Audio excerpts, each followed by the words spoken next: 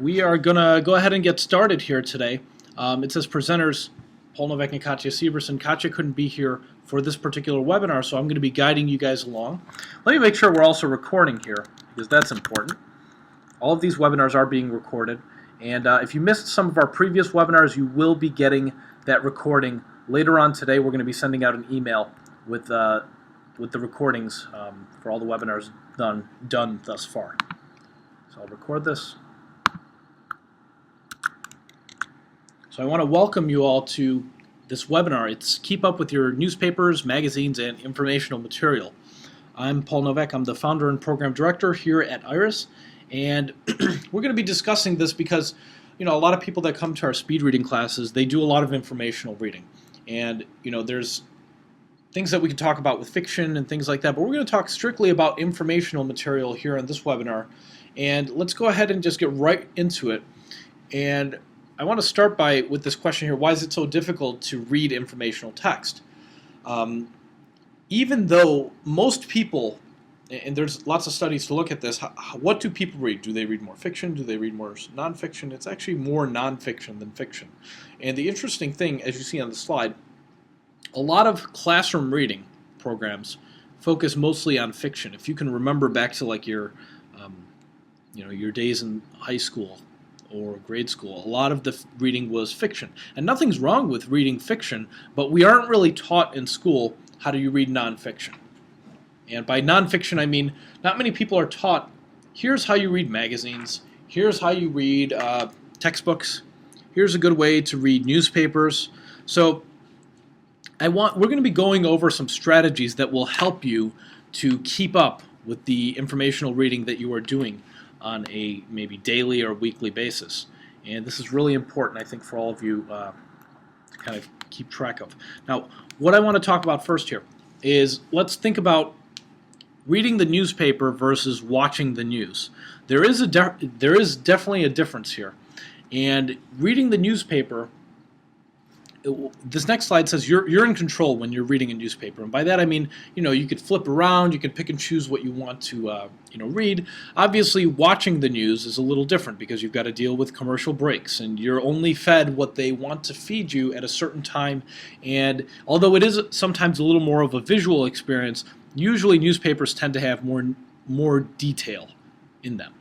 Now, I know I'm mentioning newspapers, and some of you are on this webinar and you're thinking, newspapers? I can't remember the last time I read an actual physical newspaper.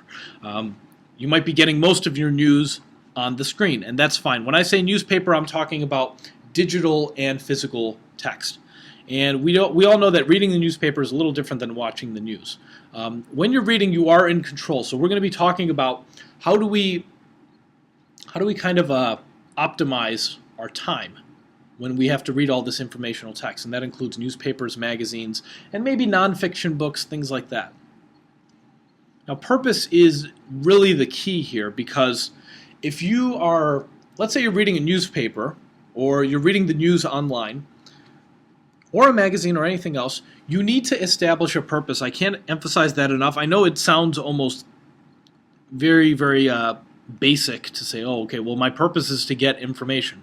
You need a more specific purpose than just, I need to get information. It needs to be something concrete, like, okay, I'm reading this newspaper because, I'm reading this newspaper to get information. Maybe you're doing it for your business. Maybe you want to keep track of the business section. Or maybe you're doing it because maybe you're reading some nonfiction material because maybe it's for school. Maybe it's for something that's for work. If you can establish a very concrete purpose as to why you're reading something, then that will help you out a lot. For example, I'll give you one example. IRIS is just starting to do some advertising. And some of the informational material that I've been reading lately has a lot to do with advertising.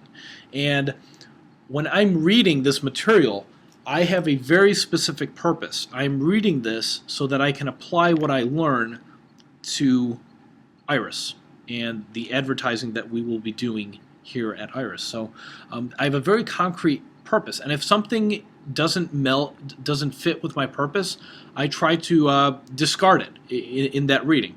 So if I'm reading something, let's say the advertising I have in mind is internet-based advertising, things like Google AdWords, maybe advertising on Facebook, things like that. Well, if a part of a chapter starts to, or a whole chapter is dedicated to billboard advertising, and my purpose is, let's say I have no interest to do any billboard advertising for Iris, but there's a chapter in this advertising book on billboard advertising.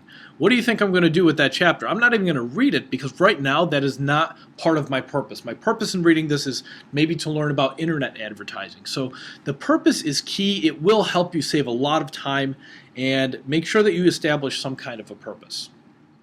Now, if you are reading a book, a lot of times, let's say a nonfiction book, it'll have more than just a title on there. When you read the front cover, it'll have a title, sometimes a subtitle, and they might even give you some of the main things that are going to be discussed in that book.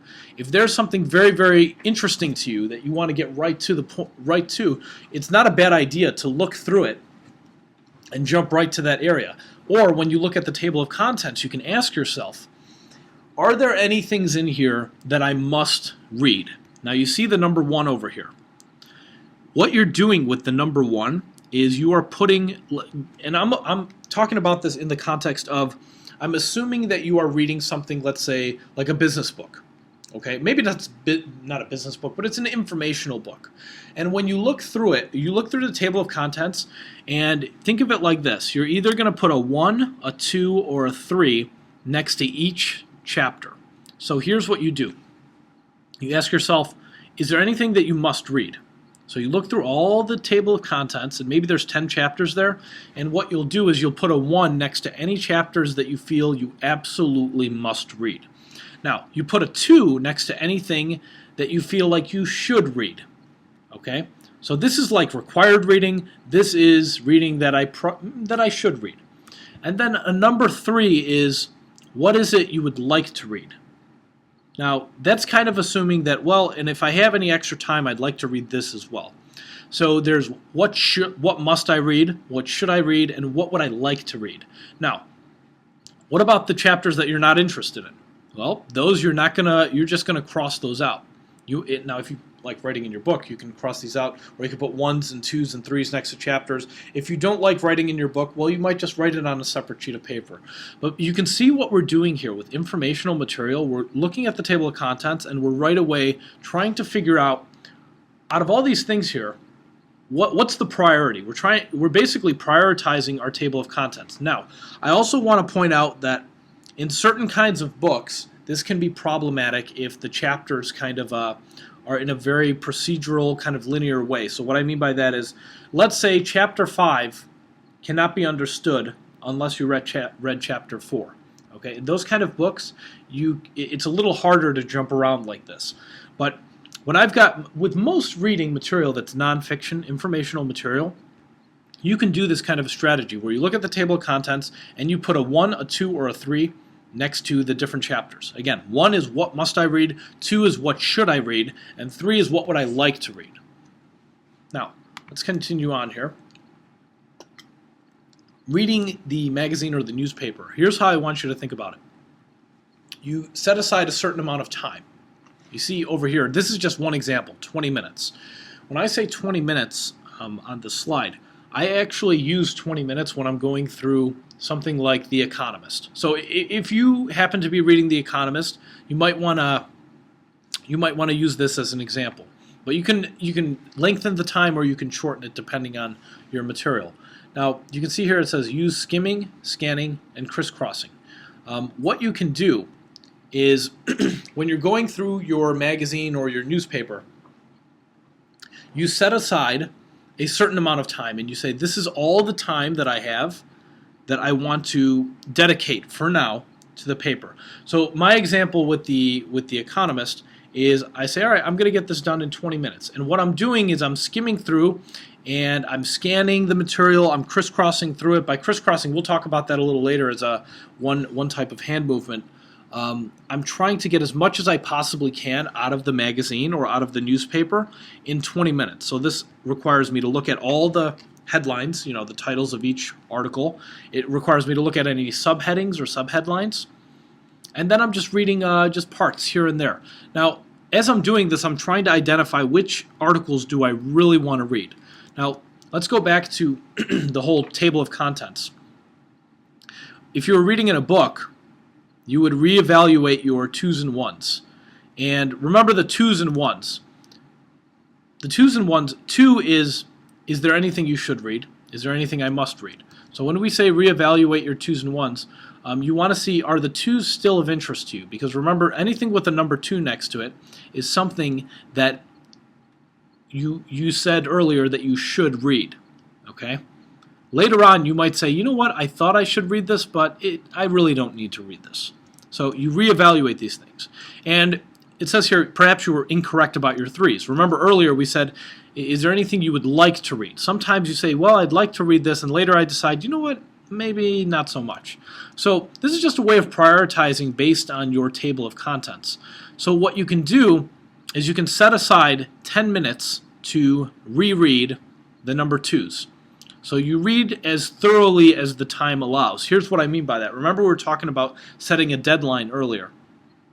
When I say I've got 20 minutes to get through The Economist, I try to read as thoroughly as I can in 20 minutes. What I mean by that, I'm trying to get as much information as possible. So I'm not just going to spend 20 minutes reading 1, 2, or 3 articles. I'm trying to get through as many articles as I possibly can in 20 minutes. So what I'm doing is I'm looking at, the titles, I'm reading any kind of subheadings, I'm reading the first sentence of every paragraph, because we know first sentences tend to be main ideas.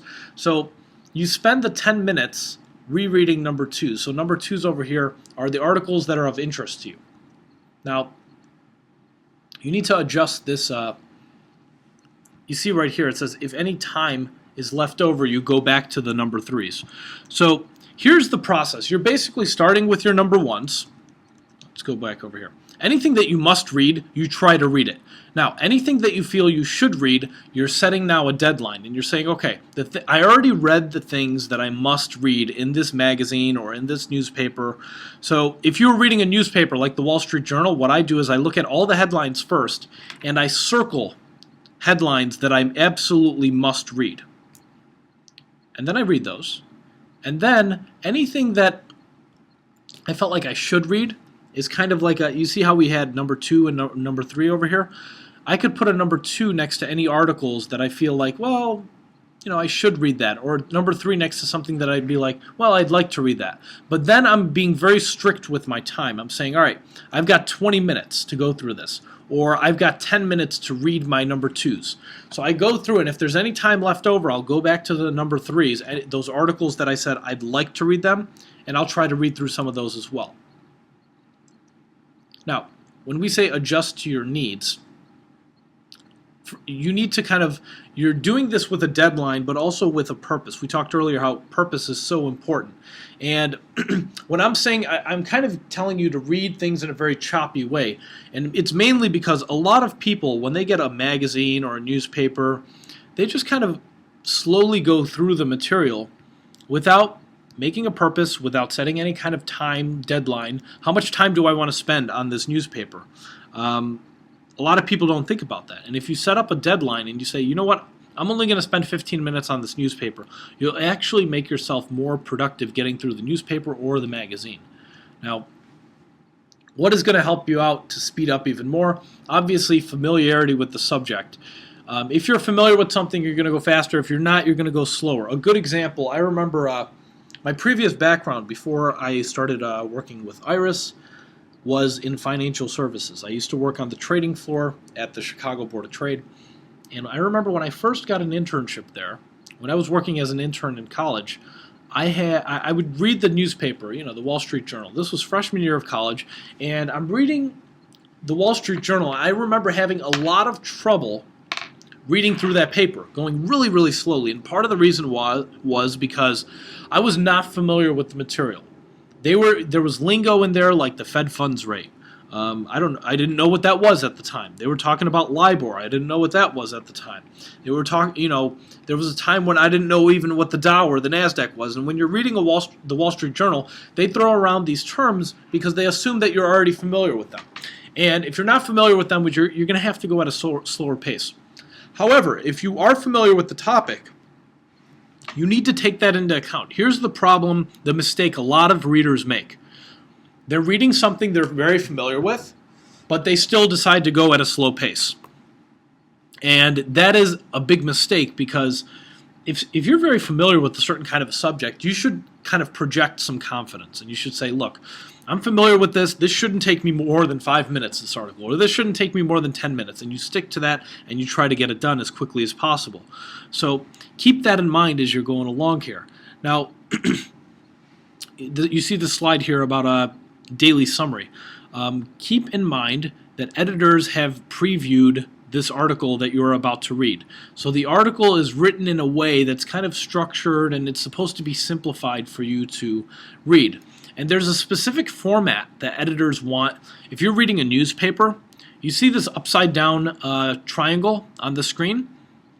This represents the structure of a newspaper article. Here's what I mean by that. Newspaper articles tend to be structured in a way where the most important information is at the top of the article. So you see how as we go down this upside down triangle, it gets narrower and narrower. I want you to think of newspaper articles as them being written in a way where as you get further and further into the article, the information basically gets less important. The beginning of the article is where you get the who, the what, the where, the when, the how. So you can actually try this out as if you look at any newspaper. I don't know if you have any in front of you, or if you go online and just take a look at a news article, you'll notice that news-related material is written in very kind of like bite-sized fashion. By that I mean the paragraphs. The paragraph structure in newspapers, paragraphs are very, very short. Usually it's just 1, 2, or 3 sentences max for a paragraph. Now, that's in newspapers. Contrast that to something like an article in The Economist or The Atlantic or The New Yorker. Those are articles that have more meat to them. So they're structured a little differently. Now, the reason why I'm bringing up this upside down triangle is because it's very important to know this. For news articles, this is how they're organized. Okay? They're organized in a way that they call it the upside down triangle. So what I would recommend if you're going to be reading news articles, here's how you adjust your speed, and here's how you can get through more news articles. The first paragraph you read slowly, because you know that's going to give you like the who, the what, the where, the when, the how, or it's going to give you some very important information. So I read it carefully, and when I say slowly, I don't mean extremely slowly, like 10 words per minute or 100 words per minute. I mean I just go carefully. So whatever speed that is for you, you go at that speed. Now, after I read the first paragraph carefully, the second paragraph I speed up a little bit. Now, I'm not speeding up a lot, just a little bit. And after the second paragraph, when I'm getting into the third paragraph, I'm speeding up even more. So as you're going down this upside down triangle in a news article, you want to think of it as like an acceleration. As you're going down this triangle, you are accelerating and you're going faster and faster through the article. Now, why are you going faster and faster? Because you already got the most important information at the top. It's really important to know. So you can almost think of this as like you're sliding down this upside down triangle. Now, I want to add one other caveat to this, because if you do a lot of news-related reading, after I get through maybe the first or second paragraph, what I do is I start asking myself, is this article worth my time? Because a lot of times it's not always worth my time. So here's why you would want to ask that question. After you read the first or second paragraph, and after especially the third paragraph, you've already got most of the information from that article. And sometimes that's just enough. That's just what you want. Sometimes you don't need all that detail. And that's where a trained speed reader would be able to tell, you know what, I'm done reading. I don't need to read anything else. I'm done with this article. Well, okay, then that's it. You just continue on to the next one. So keep this in mind when you're going along, that if you're reading a lot of news articles, the first paragraph you're going to read slowly, second paragraph you're going to read a little faster.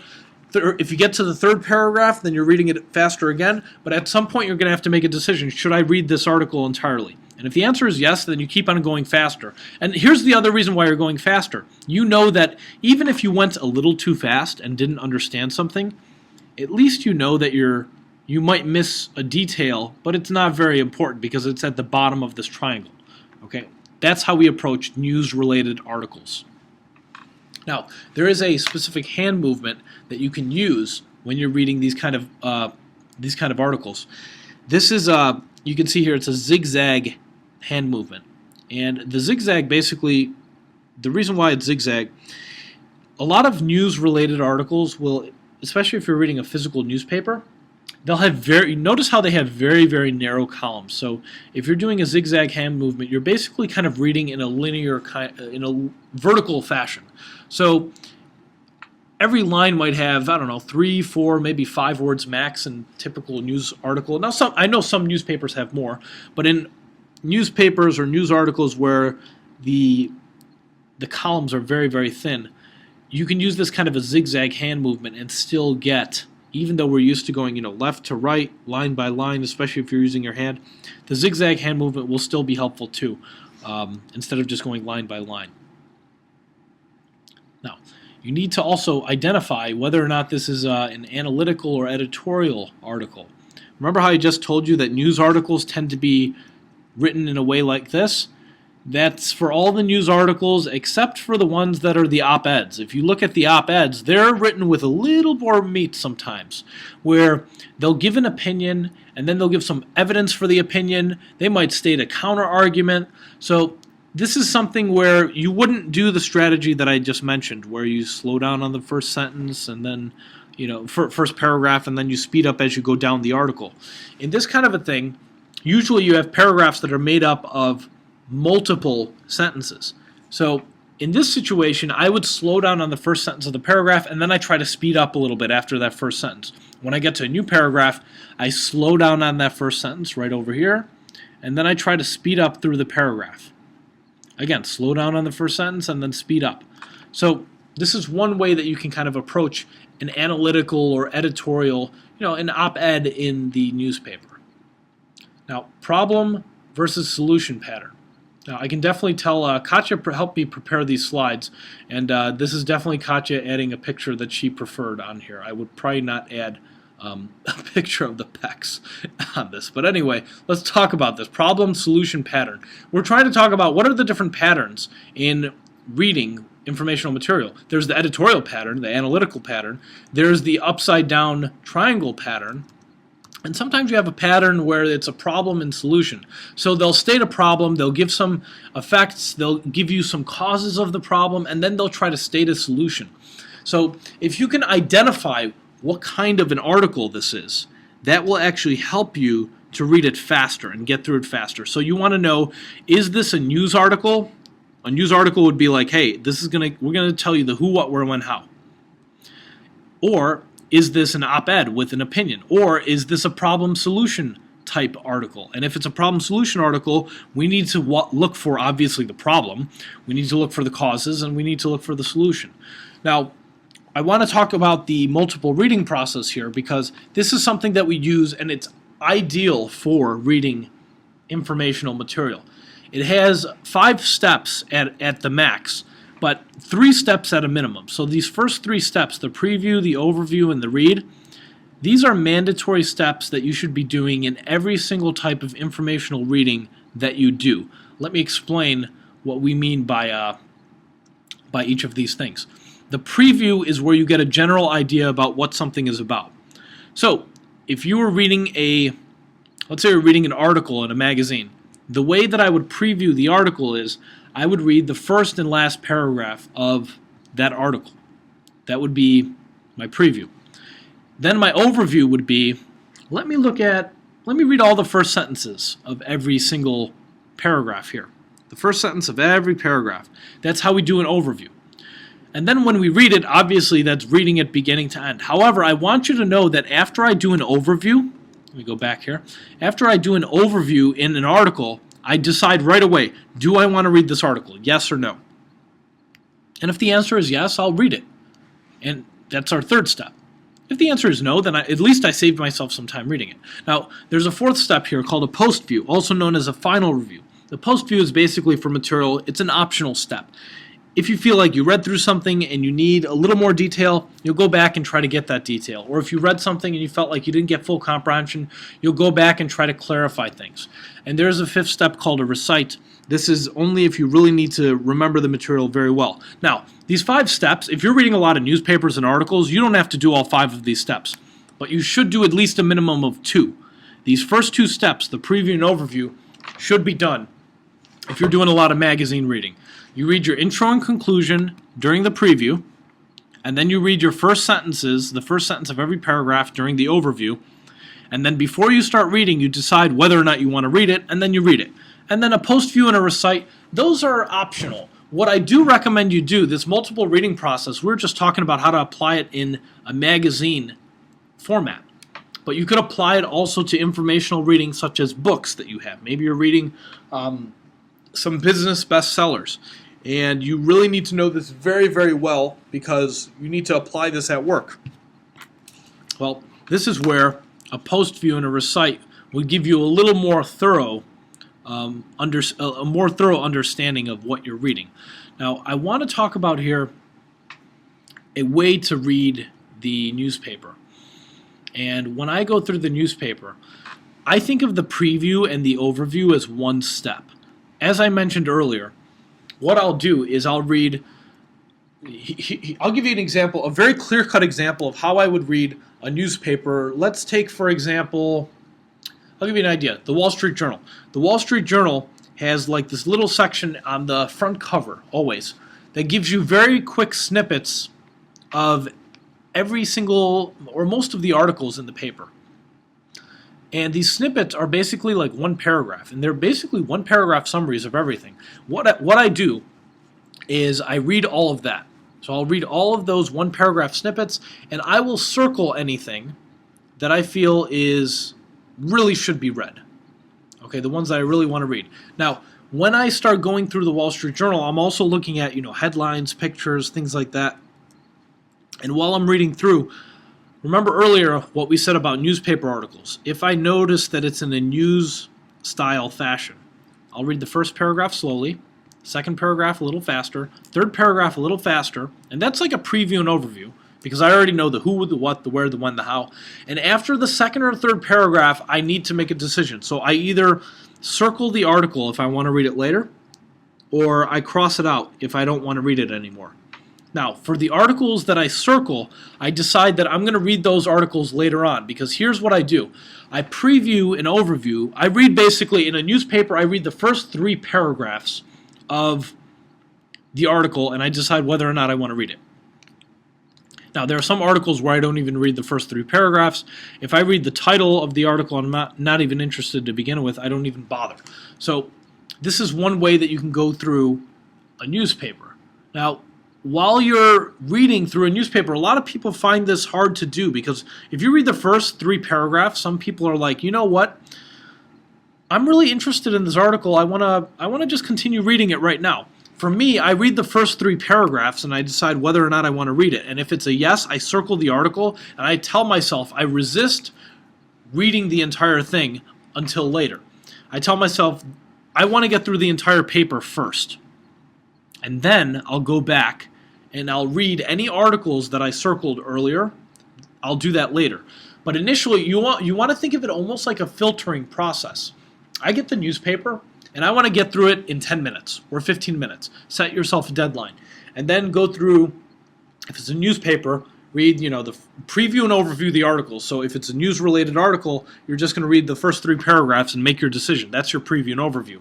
If it's a problem solution article or if it's an article that is written in the format of an op-ed, then what you would do is a preview and overview a little differently. Preview would be first and last paragraph. Overview would be first sentence of every paragraph. And then there comes the decision, yes or no. And again, yes just means circle the article or circle the title of the article, and X means no. Well, this allows you to at least get a little more hungry for ideas. And I like to do this because a lot of people, what they do is they go through the material and they want to read everything bit by bit for entire detail. and this is not always a good way to go about your reading. So, you see this next slide, it says, do not bother to turn the pages for the rest of the story, breaking continuity. One of the things that you can do is, you know how a lot of articles will, you can see on here, a picture of the New York Times.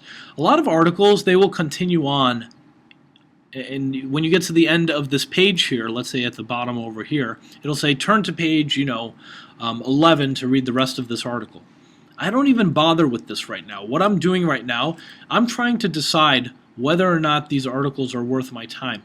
And if they are worth my time, then I'll go to page 11, and first I'm going to go through this whole page. I'll decide which one of these I want to read. And if I want to read one of these, I'll circle them. If I don't want to read it, I'm going to X them out. And whichever ones I circled, I'll actually then turn to page 11, and then I'll say, okay, let me read this article, but I'm going to read it later on. So keep that in mind while you're going through the material. So I want to kind of summarize what we're doing today, and I actually want to give you one more tip that you can do for informational material. Let's talk about reading. Where are we here? All right, let's talk about our purpose. When we were, a lot of you that might be joining the webinar right now, you might have a lot of books that you have not read yet, and it's informational material, and you want to get through this material very quickly. So I want to give you a strategy to consume a lot of information very, very quickly over the course of the next week. If you have a stack of books at home, and a lot of people do that have not been read, I want you to start moving through this material, and here's how you're going to do it. I'm going to give you a tip. This is a reading strategy that I use all the time. Before I read any book, I read the first and last paragraph of every single chapter in the book. Let me repeat that. I read the first and last paragraph of each and every chapter before reading the book. Now, obviously, I don't do this. I wouldn't do this on fiction material. But in this webinar, we're talking about informational material. So when I'm going through books, I'm trying to figure out, first of all, is this book worth my time? I used to do this when I would go into bookstores, or if I would go into a library, and I wanted to decide whether or not I wanted to buy a book. One quick way for me to analyze the book, most people read just the back of the book, or the first chapter, or the table of contents. What I was doing was, I would do all that. I'd read the back, I'd read the first chapter, or not the first chapter, I would read the back, I'd look at the table of contents, and then what I did was, I ended up reading the first and last paragraph of every single chapter. And that gives me introduction and conclusion to all the chapters. And when I'm done, this might take you 10, 15, 20 minutes. It really depends on how many chapters there are in your book, obviously. But this is a good way to figure out whether or not you want to read the book. And if you're doing this while you have a concrete purpose in mind, that is going to help you get through the material, and it allows me to figure out whether or not this material is worth my time. So what I recommend you try doing for the next week, and this would be, there's no way I could check to see if you do this as homework, but you could think of it, I don't want you to think of this as homework. I want you to think of this more of like a challenge. You have a stack of books at home, or if you don't have a stack of books, think about the books that are on your reading list that you've been wanting to read, the informational ones, and maybe go to the library or the local bookstore, and I want you to read the first and last paragraph of each chapter.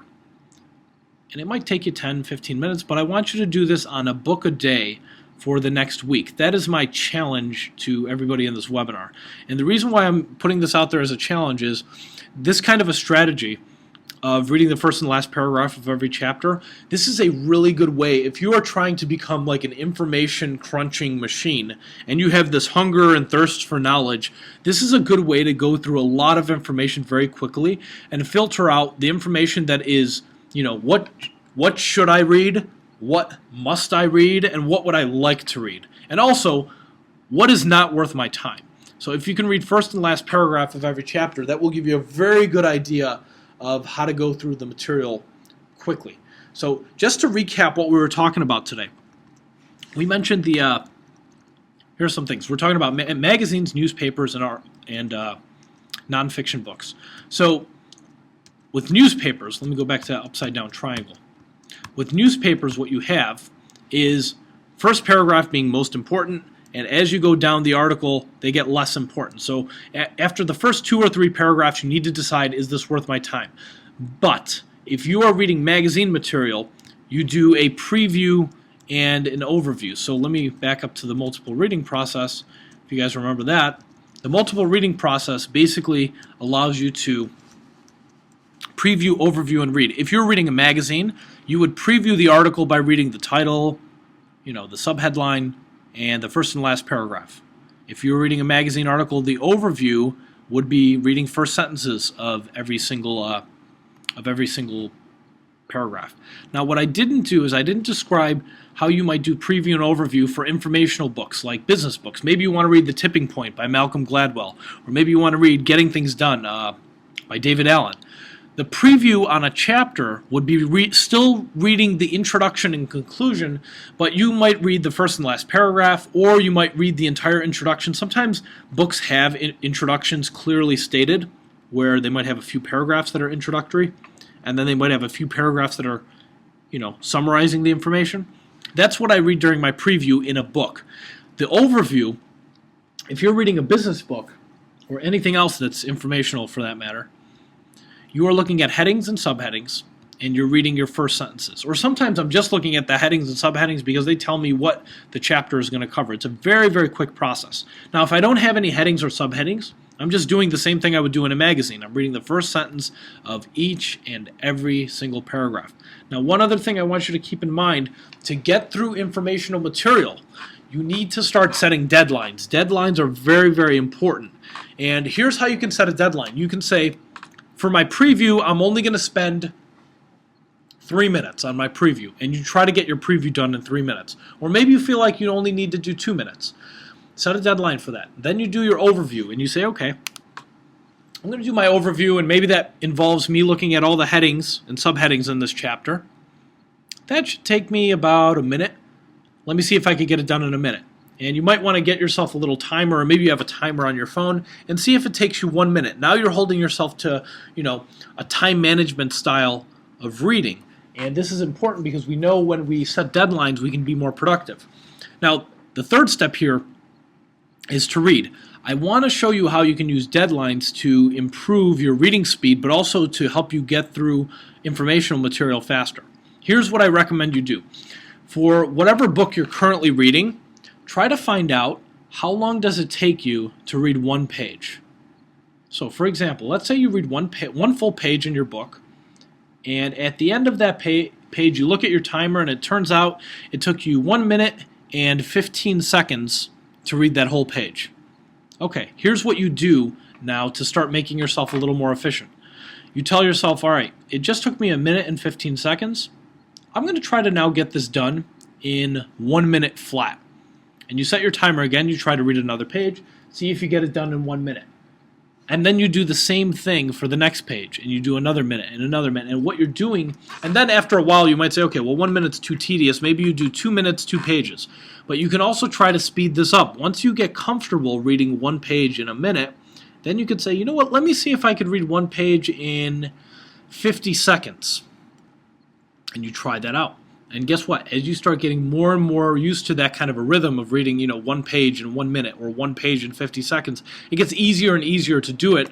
And also, you'll find yourself getting through more of the informational material when you're setting these kind of deadlines. Earlier, I told you that when I get The Economist, I try to set a 20-minute deadline on getting through The Economist. And the way that I do that is I simply preview and overview all the articles in The Economist. And I set a deadline too. I say I'm not spending more than 20 minutes on this entire magazine for now.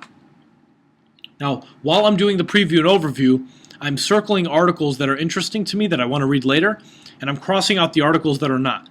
And when I'm done with this 20 minutes, I now have figured out, 1, I've gotten a lot of information, but 2, I've decided here are the articles that I really, really need to read later on.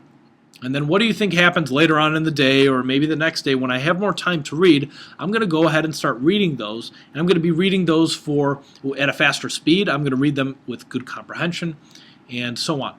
So want you guys to try this out. Try to do that book a day challenge that I just asked you to try. This is a strategy of reading the first and last paragraph of every chapter in a book.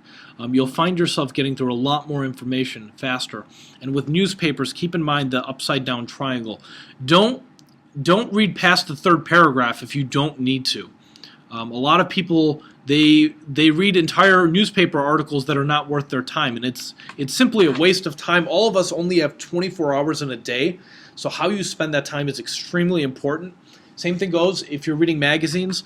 Maybe take my example of reading The Economist, and maybe you want to try that out for yourself. Try to preview and overview every article in the magazine, and then figure out which articles you want to read later, and then end up reading those articles later. If you guys want to get in touch, because that wraps up today's webinar, you're more than welcome to get in touch with me by email. The email should be on the screen right now. And if you want to get in touch with me by email, I'll try to get back to you as soon as I possibly can. I want to thank you guys for taking part in today's webinar over the weekend. We've got more coming up in our Speed Reading Mastery series, and we're also recording these so you have them as reference. There's also going to be PDF guides for these as well that contain the slides and so on. So I want to thank you all for taking part in the webinar today, and enjoy the rest of your day and the rest of your weekend.